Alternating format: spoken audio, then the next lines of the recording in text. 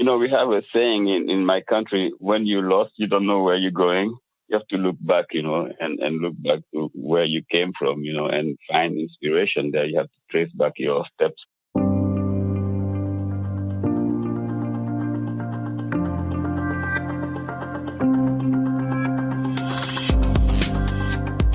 Hey, everybody. I'm Lori Rudiman. Welcome to Punk Rock HR. My guest today is Pierre Thiam. He was raised in Senegal, but he is a New York City-based chef, author, restaurateur, social entrepreneur, and culinary ambassador.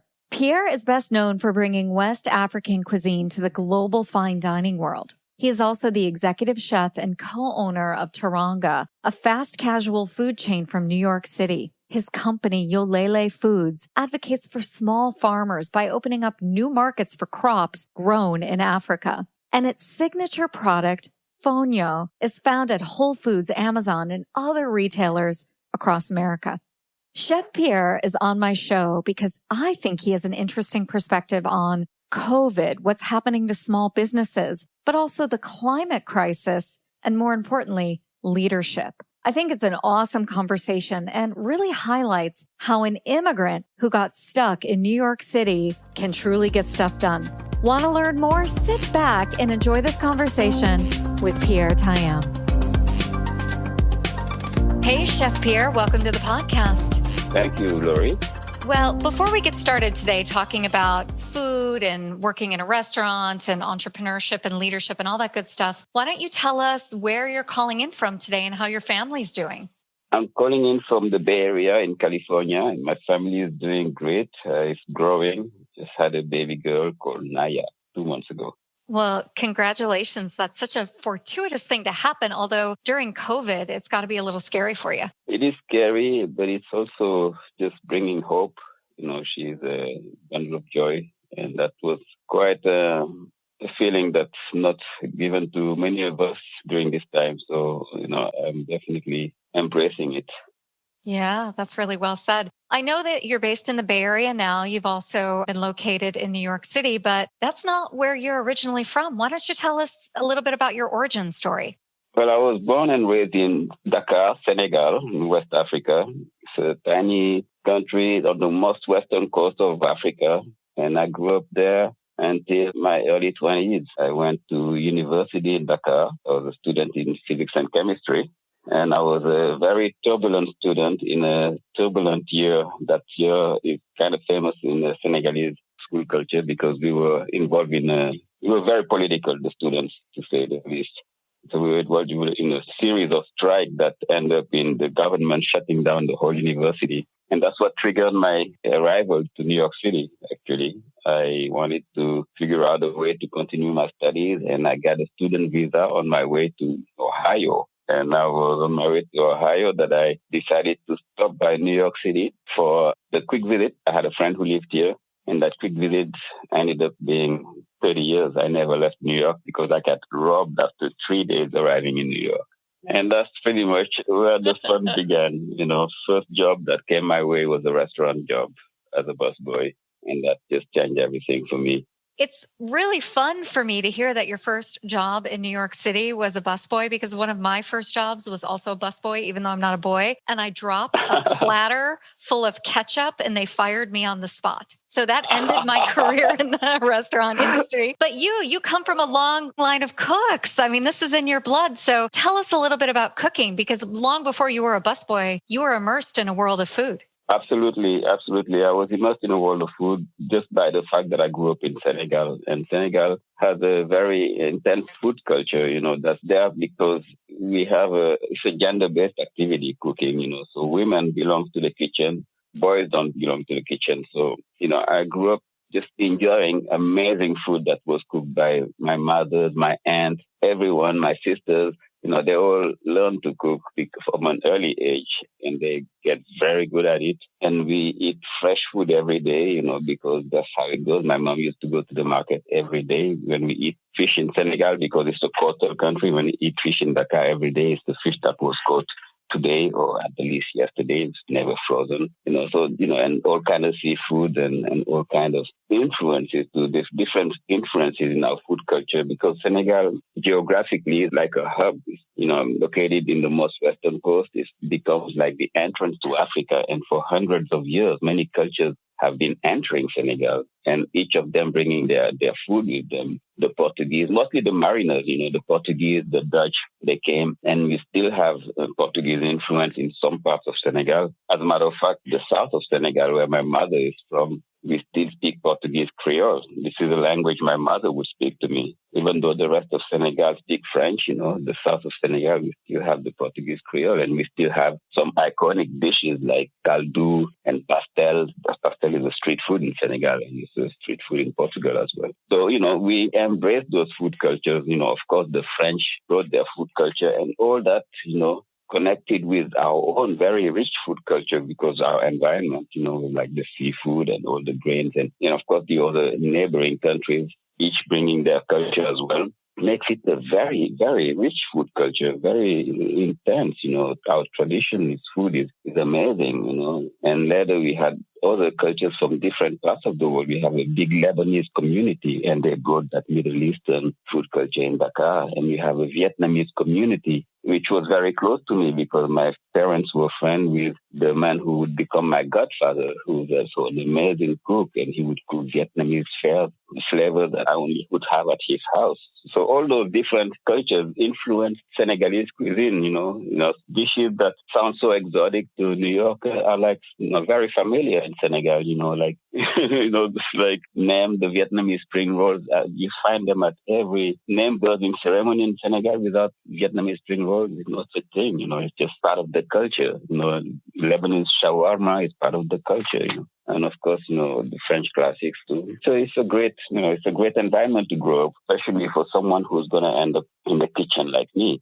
Well, yeah, it's certainly convenient. Yeah. I think about how you have this rich food culture and how you were also a social activist at a young age. And then you arrive in New York City at a time where those skill sets, I think, are particularly needed. I mean, the past 30 years, New York City has been at the hub of social change. It's been at the hub of food. So when you arrived in New York City, did you have any idea that your life in Senegal would be so prescient, like it would be so important to you in determining where you are 30 years later? I kind of did intuition, I kind of realized, we have a saying in my country, when you're lost, you don't know where you're going.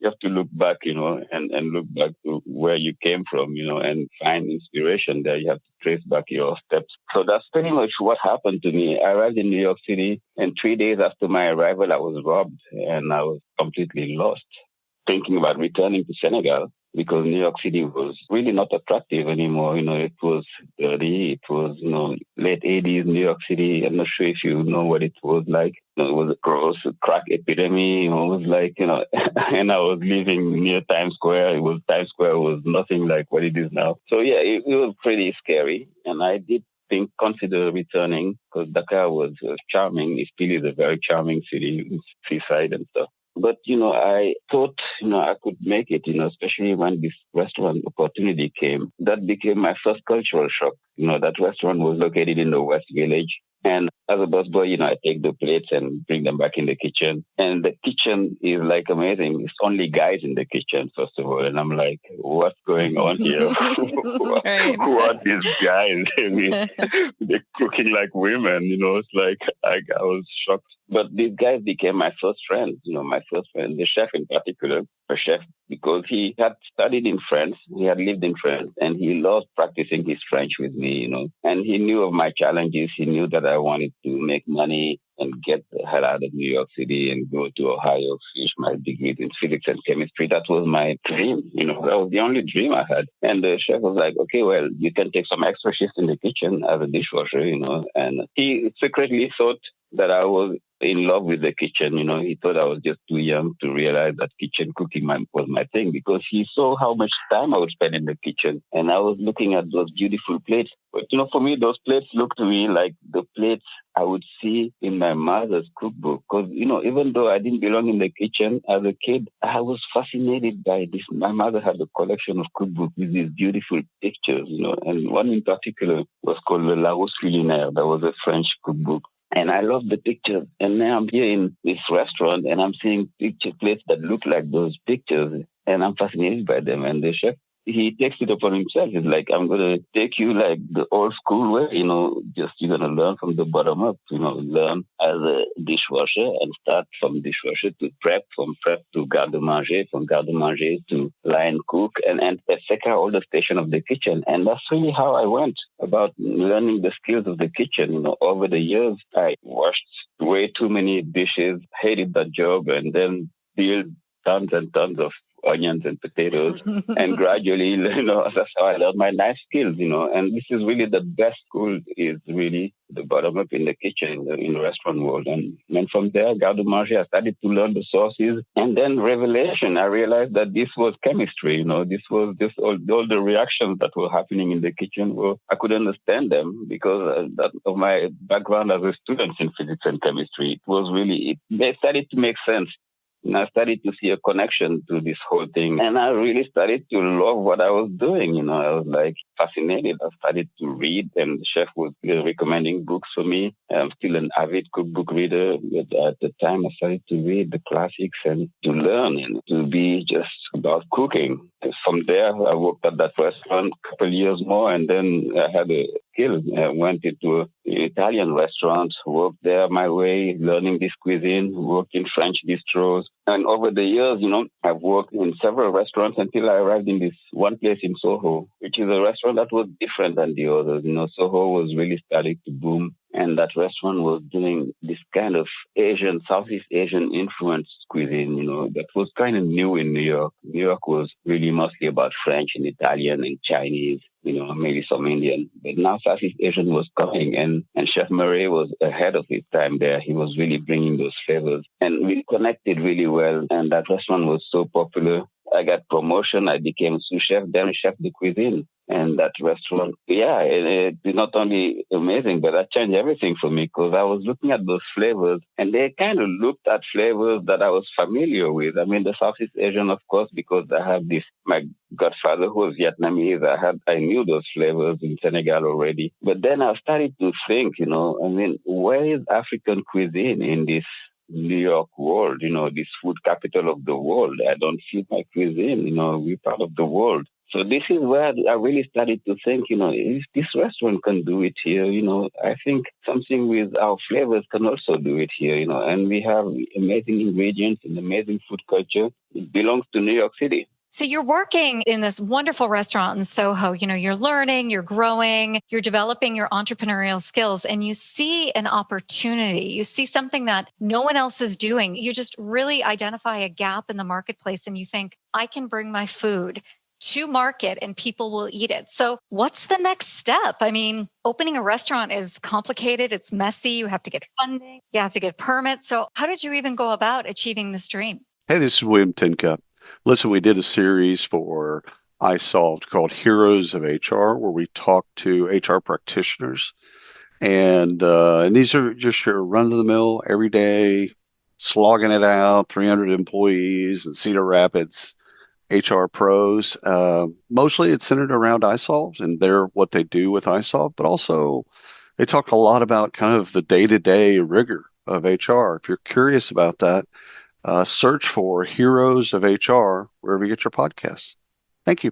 That's a very good question. I had no idea. I'm like, maybe because I was so naive, that's why I could make it, I had no idea how tough it would be, but I just knew I could keep my eyes on the prize. I knew this cuisine had a place here. I had been starting to add, just from memory, really, bringing those flavors into, we started first with family meal. At the restaurant, you serve what we call family meal, where we serve to the staff. Each employee in the kitchen has his turn of cooking family meal. And I would cook African, West African flavors in the family meal. So wait, tell us what those West African flavors are. Describe them to us. I would do one of the favorite one was this peanut sauce. Peanut sauce is like this really rich, thick, not like the Asian peanut sauce, kind of like the same consistency, but has an intense umami flavor. Because in Senegalese cuisine, we use a lot of fermentation in our cuisine. Actually, this is something that you would see fermented conch, you would see fermented locust bean called dawa dawa. You'd see that dried fish that would come just to bring the flavor of that fermentation inside the sauce. So you'd cook that with a peanut sauce, and the peanut sauce would cook slowly with root vegetables like sweet potatoes or cassava or lamb or chicken. It just depends. That peanut sauce can go with so many different things. We cook the yassa. Yassa is a dish that's cooked over the grill. Just like chicken or fish that's been marinated with lime and onions, but lots of onions. And those onions also are cooked in a cast iron pot, very slowly until they caramelize, with the lime juice. So it has the fruitiness of the lime and the sweetness of the caramelized onion. And then the grilled chicken that was on the grill is finished on that sauce. So you have the char from the grill. So it makes it perfect. Very simple, 3 ingredients, but just so delicious. Anyone who tried yassa is a convert on West African food. So I would cook those things and serve it either over rice or over millet couscous or over fonio, when I was able to smuggle some in from Senegal. So those are the things. Well, wait a second. I want to talk about fonio because I know that's an important ingredient and it's part of your signature product line. So can you tell us what that is? Well, fonio is an ancient grain. It's probably the oldest cultivated grain in Africa. It's been around for 5,000 years. And it's gluten-free. It's very, very nutritious. It cooks in 5 minutes.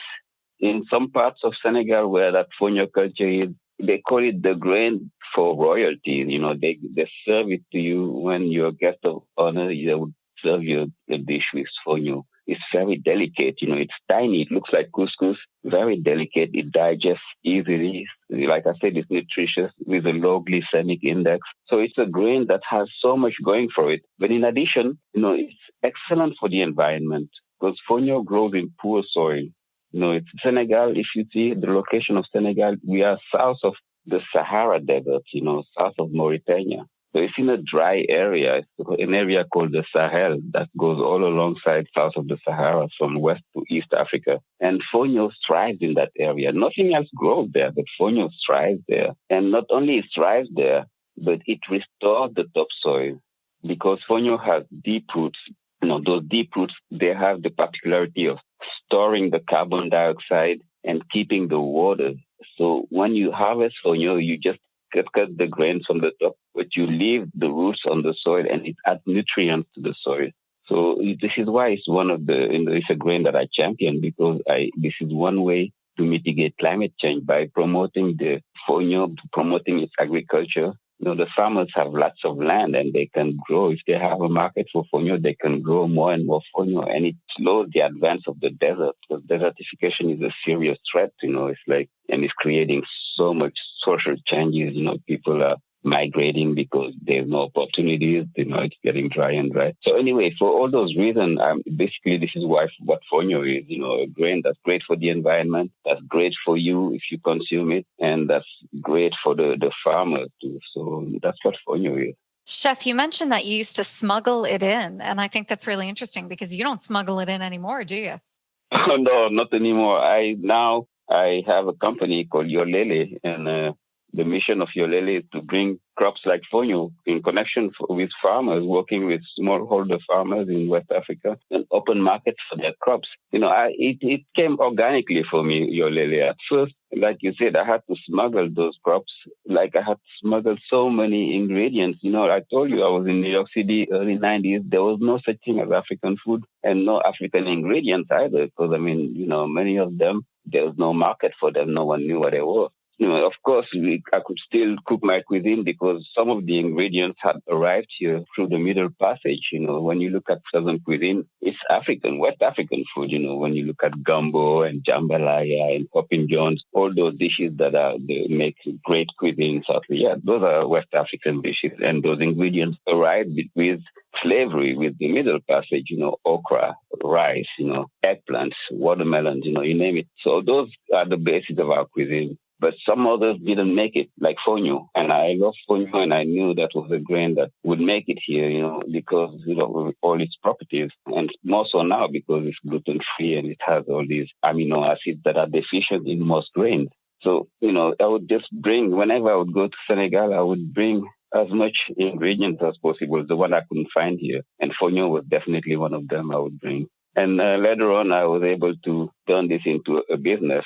I saw an opportunity as well. I saw the farmers who had the grain but no market, and if I could figure out a way to open a market for them, that would just become awesome. They would have a source of income, and New Yorkers and Americans would have a new grain, a way to diversify their diet, because it's so important that we diversify our diet. When you look at the global diet, it's so sad. We only have 4 grains, really. We eat either rice or soy or wheat or corn, and we have so many other grains out there like fonio that are better for us, more nutritious, and better for the environment. And the fact that we don't diversify our diet is also causing so much health issues. Much of our health issues are connected to the way we eat. Hey, everybody. Chances are you've spent the past few months cooped up with your family, buried under a relentless news cycle, and with work that never seems to switch off. Millions of us worldwide are overworked, exhausted, and trying our hardest, yet not getting the recognition we deserve. It's time for a fix. That's why I wrote my new book, Betting on You, How to Put Yourself First and Finally Take Control of Your Career. It's an essential guide for how to snap out of autopilot and become your own best advocate with candid and new stories and easy to adopt steps. I wrote this book for you. I believe in you, and I would be honored if you would pre-order it today. Head on over to LoriRudiman.com/books. That's LoriRudiman.com/books and pre-order your copy today. I want to talk about something that you keep bringing up, which is that fonio is really important for the environment. There's this theme of social activism behind your work, which I find to be really interesting. So do you identify as a chef, a restaurateur, as an entrepreneur, as a social activist, and you're a writer, right? When you describe the work that you do, how do you put it out there? What do you do for a living? I wear many hats. I ask myself every day, what do I do for a living? I wake up and I have to think it every day, because every day is a new day, and, I take it as it comes. I'm definitely an activist. Like I mentioned to you earlier, when I was a student in Senegal, I was part of the student movement, and we were very political. And that's something that's been in me and that never left, this thirst for justice or for just correcting the wrongs. So that's really what helped me to identify this opportunity, being a chef in New York City. So maybe people would trust me for the food that I bring. So I could maybe help farmers in West Africa, which are the poorest farmers in the world. They are the poorest people in the world. Imagine when you're a farmer in an area where there's no rain, it's like with climate change in particular, it's getting worse. So, finding opportunities for them and doing it in a way that's wholesome and opening markets here and bringing great products here as well for the consumers who are more conscious of what they are eating. So, yeah, I'm an activist in that way. I'm a chef, obviously, that's where it begins, and being from Senegal, that connects the dots. I'm an author. I write cookbooks, and it started also, I never thought of me as an author until I wrote my first cookbook, which was really the collection of recipes I was taking from my mother on the phone, like oftentimes, writing recipes, bringing them to the restaurant as specials, and gradually that's how it started. And then I realized that I had a cookbook in my hands.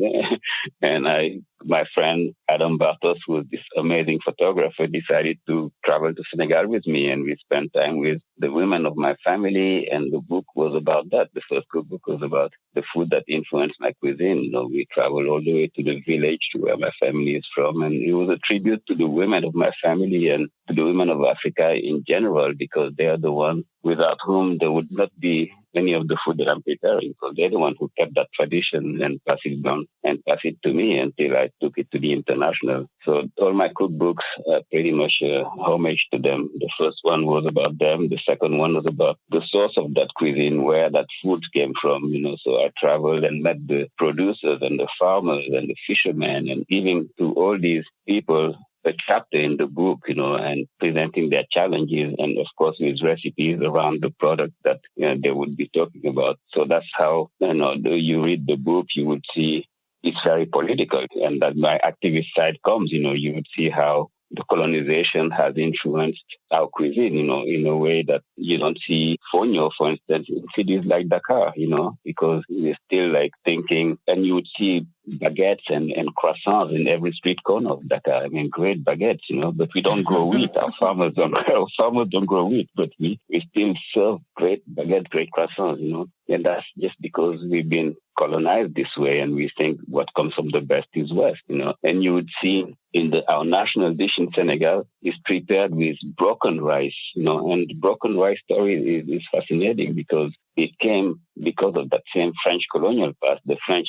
colonized us and they colonized the Vietnamese, right? And in Vietnam, they were growing this rice. So this rice, the Vietnamese would process it, and you would have the debris of rice after they processed the rice, the leftover, the debris that the Vietnamese used to keep for animal feed and for their poultry and all that. So that's what the French took to Senegal, because they wanted the Senegalese farmers to grow peanuts at the time. So it was very political. Colonization is like interesting, the business. And they brought this broken rice, and the Senegalese, of course, took the broken rice and they turned it into this amazing dish that became our national dish. It's this tiny broken rice, looks like couscous. And we make this amazing, what we call chewujen, which is a jollof rice now, and that became this popular dish all over West Africa, actually. But we still import the broken rice, which is a substandard rice, and we look down at our own products, like fonio or our whole grain rice in the south of Senegal, for instance. So interesting. Yeah, how the intersection of food and politics is so closely tied. And it also makes me think about today's chef, because we've got restaurants almost like canaries in the coal mine. They're on the front lines of what's happening with COVID right now. I mean, before the world fell apart, we could see the effects of the pandemic in the restaurants today. And I wonder what you see in terms of politics and food in the United States. What's the connection? What's happening? And are you optimistic about the restaurant industry here? Or how do you feel? Have you ever been to a webinar where the topic was great, but there wasn't enough time to ask questions or have a dialogue to learn more? Well, welcome to HR and Payroll 2.0, the podcast where those post-webinar questions become episodes. We feature HR practitioners, leaders, and founders of HR, payroll, and workplace innovation and transformation, sharing their insights and lessons learned from the trenches. We dig in to share the knowledge and tips that can help modern HR and payroll leaders navigate the challenges and opportunities ahead. So join us. Well, I think it's in my DNA to be optimistic. I've been optimistic all my life. It's like even when I was completely broke after my robbery and stuff, I was like, still saw a light, and I still see a light. I've been, my restaurant in New York City, when this thing happened and they decided to close the restaurants, it took me just a moment, and I decided, no, I wouldn't close, I would just figure out a way to do deliveries, for different reasons, I have amazing people in the kitchen, and they just needed this job to begin with. It started with that, they need this job. Secondly, Teranga is part of the name of the restaurant. It's part of a community. We play a role in that community. We're located in the Africa Center in Harlem. And we have regulars who just relied on us for their food. It was something that I just thought we have to figure out a way to stay open. And we just stayed open for deliveries and pickups first. And then we realized that we have a hospital just a couple blocks from us. We reached out to them and said, let's figure out a way to serve food to the first responders, because first responders were like there to our heroes. So that's how we became, we created this whole community. We turned the restaurant into focusing on the needs of the community. The first responders became a big hit. And we realized also that there were kids in Harlem who relied on schools to have their school lunch, and now there was no schools. And they lived in shelters. So that became just organically the place we went to. We started to serve the shelters. We collaborated with Harlem Grown, which is an amazing organization in Harlem. And we were bringing our food to the shelters, to the kids in the shelters, and our food to the first responders, and revisiting our menu. So all this to say that, the restaurant of COVID has to be a restaurant that really consider the situation and the community, because the community needs healing, and food is an amazing way to bring that healing. I don't know if we are ever going to return to the way we were, the restaurant world, the way it was, especially a certain type of restaurant that was really very elitist and unfortunately got hit very hard by this pandemic actually because they didn't have the reflex that we have, the flexibility that we had as a fast casual. Teranga were able to avoid some of the pitfalls and better prepared to face some of the challenges. We got really hit hard actually. We were about to open 2 more locations before the pandemic. We were about to open Midtown and open Brooklyn. And Midtown, we still don't know when it's going to happen. As a matter of fact, we decided to open Brooklyn, and we are opening Brooklyn at the end of this month. Wow, congratulations. Thank you. It's a challenge. It's a challenging situation. But I think, it's very important that we see a future. I don't know how a world without restaurant can be. Actually, the restaurant plays an important role in the community. It's impossible to think that we will not be there. And that's for this faith in our future that I just decided that we need to move forward. And we're doing it carefully, obviously. We're doing it with thinking about everything. One of the way we plan on growing is to consider even the ghost kitchen situation, which is having a kitchen centralized where everything would be cooked and prepared until the last step and bring it to the different locations. So that would be also another way to expand a bit faster. Wow, interesting. Yes, I really see the COVID-19 as we could turn into an opportunity. All crises are also about hidden opportunities, and I think that could be an opportunity to accelerate our growth, and that's where we're going. Well, I have one final question as we wrap up the conversation. You are more than just an activist, an entrepreneur. What you are, Chef Pierre, in my mind, is a leader, right? And this moment requires leadership. And not only are you a leader, but you're a leader who has lived in multiple countries. You've had experiences with a lot of different cultures. And so I think you have this really interesting perspective on what's happening in the world right now. So I wonder if you have a message out there to people who are a little lost, a little worried about the world right now and are looking for leaders out there. Like, what do you want to say about this moment that we're living in? Thank you for putting me out there. But it's a scary moment for everyone. But like I said, just on that last question, these moments are also opportunity for growth, and that's how we have to see it. This is not a moment to shrink. It's a moment to actually see what was not working in the system and get rid of it. And we have to do it as a whole, and we have to do it as individuals. But together is the way to go and be stronger. I'm not sure if that's helpful, but I think that's really the way we have to see it. I started the interview talking about this saying in Senegal where when we are lost, when we are confused, we need to trace back our steps and correct what was wrong and right.